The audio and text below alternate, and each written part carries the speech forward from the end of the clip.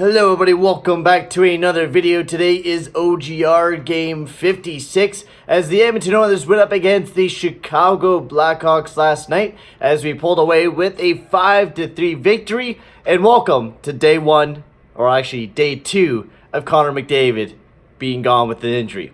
Now, we've had troubles like this before with Connor McDavid having an injury like his first year in the NHL. He only played half the year when he broke his collarbone. And then a while back, last year, he took a really bad knee injury. Last year, he had insane surgery, and unluckily, he got it on the same knee again. It's not as bad as just like a torn, I think it's like a calf muscle or something. So it's not his knee. But it is a little bit sore right now, so he's going to be out of the lineup for the next 2 to 3 weeks, which means we're going to be missing him for the next 8 to 12 games, which is a fuck ton. You really think about it, and this one was a big one because we wanted to play good without McDavid in the lineup, and you got to think that as a team, that's what we wanted, and we did. I mean, we came out and we played hard. I mean, Riley Seahan getting the first goal of the game, he was really pushing it, right? That was a real good, smart play by Cassie and setting up Seahan for his 7th of the year. I'm actually liking that line. Zach Cassian, I know a lot of people are saying that he's playing like 4th, 5th line minutes, and I understand that. He is a third liner. He played 14 minutes today, so it was way more than his 7 minutes that he played the other night, so he's definitely getting back up there on his ice time, which is nice. And I like seeing Zach Cassian, man. He's a great player. He gives the energy, and he did. He was really showing that energy in the first half of this game, which gave us a great start off to the game. And then the Chicago Blackhawks fought their way back in as Brandon Saad gets his 17th. And then just a couple minutes later, about 5 or 10 minutes later, Jonathan Toews gets a shorthanded goal. That power play was a rough power play. We were really trying to figure out how we can get into the zone without McDavid, because usually we just give it to McDavid, he skates on in, he dangles through everyone, sets kind of the play up. But we had to go with a new kind of form. Yamamoto was up on the top power play unit, and he was kind of like that guy that was getting those zone entries. And so our very first power play was an absolute gong show. It did not go very well for the Edmonton Oilers, and you could say that it was just not very fantastic at all. We struggled a lot on that power play, but after that, we were able to kill off, I think, the rest of the power play, or everything. We were able to shut them down every time we took a penalty, and we got 2 big power play goals. I mean, we were deadly on the PK, and we had a great power play throughout the entire night, which is the reason why we practically won this game, was because of that power play. Then Yamamoto gets a big goal, who almost got a hat trick tonight. That was his 6th there. He got 7 goals on the night. But that was a big power play. It was kind of a rough penalty there on Jonathan Toews. He did put his stick into Seahan, which stopped him from moving. So it is a penalty. But Yamamoto, that was a big goal from him. It was his 6th of the season, just fighting for that puck. And that's what we got to do with this type of team right now. Without McDavid, we're not going to be able to shoot that fucking puck like we usually do. And I mean, we've seen that from Leon Draisaitl. I think, yeah, that was the empty net goal. But we've seen it from Nuge. No, Nuge. I think Nuge sniped in the back of the net. I don't think we had any deadly snipes. We were really greasing her tonight. Then Adam Bockwist in the start of the second period, he gets one for the Chicago Blackhawks. It was just a nice play, nice rush by Kane, and pulled everybody off of Bockwist, because Patrick Kane has that type of effect, right? He got pulled right off, and just it was a nice pass on Bockwist. That's his 4th of the season, and as we all know, we know Adam Bockwist very well from the Chicago Blackhawks series, and Kane, both 2 deadly players. And then Yamamoto, he got his 7th of the season. That was a very nice one, just a nice toe drag off the goalie's pad. Robert Lehner didn't know where it was. And then Ryan Nugent-Hopkins with a nice one. That was his 15th of the season there on the power play. It was just a nice pass by Leon Draisaitl. And then Draisaitl got his 32nd of the night as well. And what a night. It was a really great night for the Edmonton Oilers. We got dominated in the shot clock, but that was mostly in the 3rd period when we shut shit down. I mean, that last little bit, there was a lot of shots from Chicago for sure. But it was 41-31 for the Chicago Blackhawks. It was a stellar night for Mike Smith. He was really rock solid in the back of the net, making most of his saves. He had a 38 save night with a 927 save percentage. He was just fantastic, and he just keeps playing great. I mean, this man has been our star in the past month. He was the guy that started up the comeback from the struggles that we had earlier on this season. So it was kind of a rough start, but it's just we've been playing better now. Mike Smith has been playing fantastic, and I'm hoping he continues that, and then Mika Koskinen kind of follows the way as well. Edmonton Oilers, we won 53% of the faceoffs. We were awesome on the special teams. Pretty even on the hits between the Blackhawks and the Edmonton Oilers. We weren't throwing the body as much as we usually do, but Leon Draisaitl, fantastic night from that man. He was just all over the ice. Every line was going at all calibers. Like, there was times where I was Gaetan Haas, Sam Gagner, and the Chasson line. I was really surprised on how they were playing. They were going out there pushing the tempo. Even though every line looked like it was a third line on our team, we were still playing like we were up there.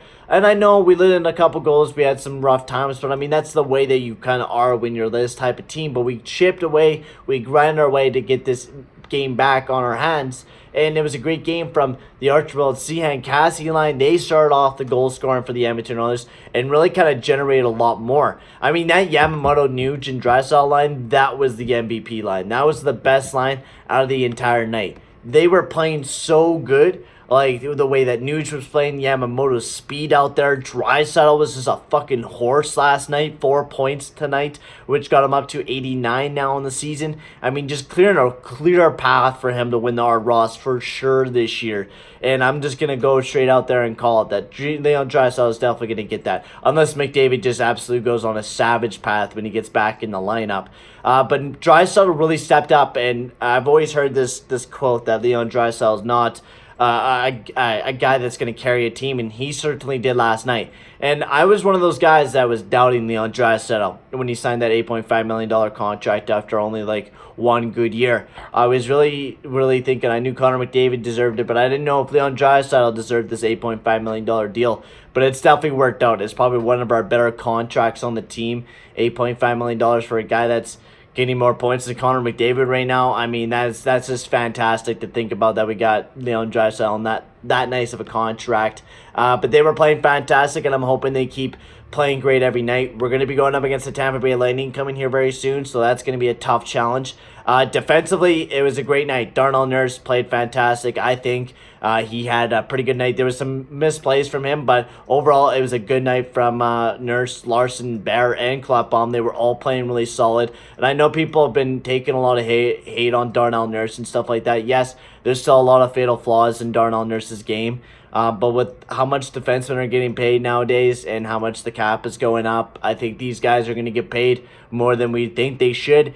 But it is what it is for right now. Otherwise, Kayla Yamamoto, great game. Leon Draisaitl, 23 minutes out there. He was just a workhorse. Archibald, and Cassie, and they played great. Mike Smith played great. But now we got to go up against the very tough Tampa Bay Lightning, which is more of a challenge for the Edmonton Oilers. And, I mean, we have a very tough schedule coming up here in a bit. It's going to be a little bit of a rough one, as my computer is going slow as molasses trying to type. Because I know we're going up against the two Florida teams in both Tampa Bay and the Florida Panthers here in the next week. We got the game up against the Tampa Bay Lightning tomorrow. And then we are also going to be facing the Florida Panthers as well later on. But this big victory tonight against the Chicago Blackhawks, or last night, I mean, was huge. Also, Tyler Benson, other news, Tyler Benson did get called up, and James Neal's been sent to the IR. So hopefully Tyler Benson gets implemented into the lineup, maybe even on the second line.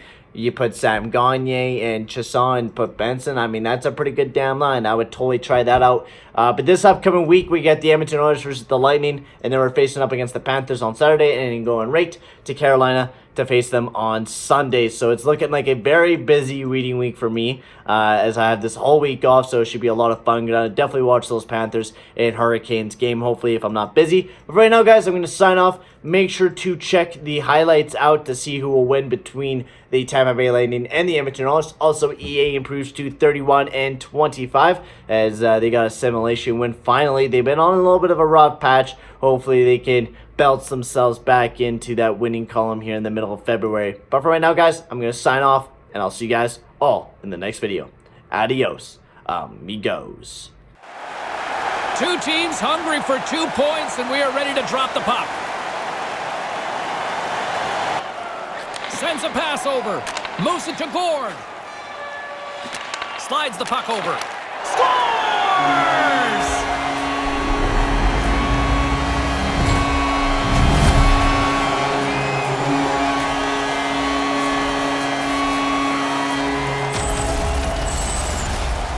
see the goaltender's looking a little frustrated here. He got a little piece of this shot.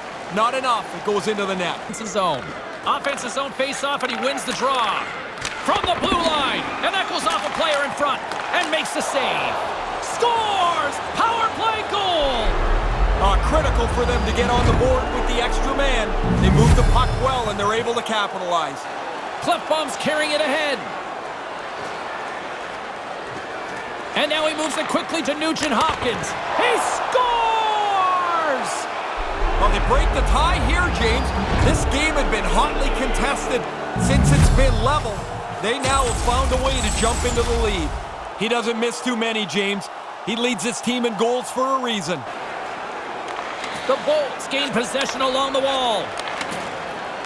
Handles the pass from along the boards. Now a quick pass to Sergachev. And now it's over to... Scores! The power play delivers big time! Puck moved quickly, the players moved quickly. That's a terrific goal, taking advantage of the extra man.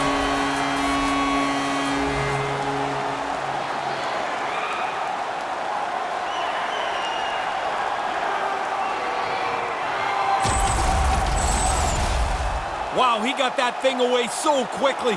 Waited for the pass, timed it perfectly, and then beats the goaltender. All right, get your sudden death OT pools going. Get your social media predictions. Overtime. He wins it! He wins it! He wins it in overtime!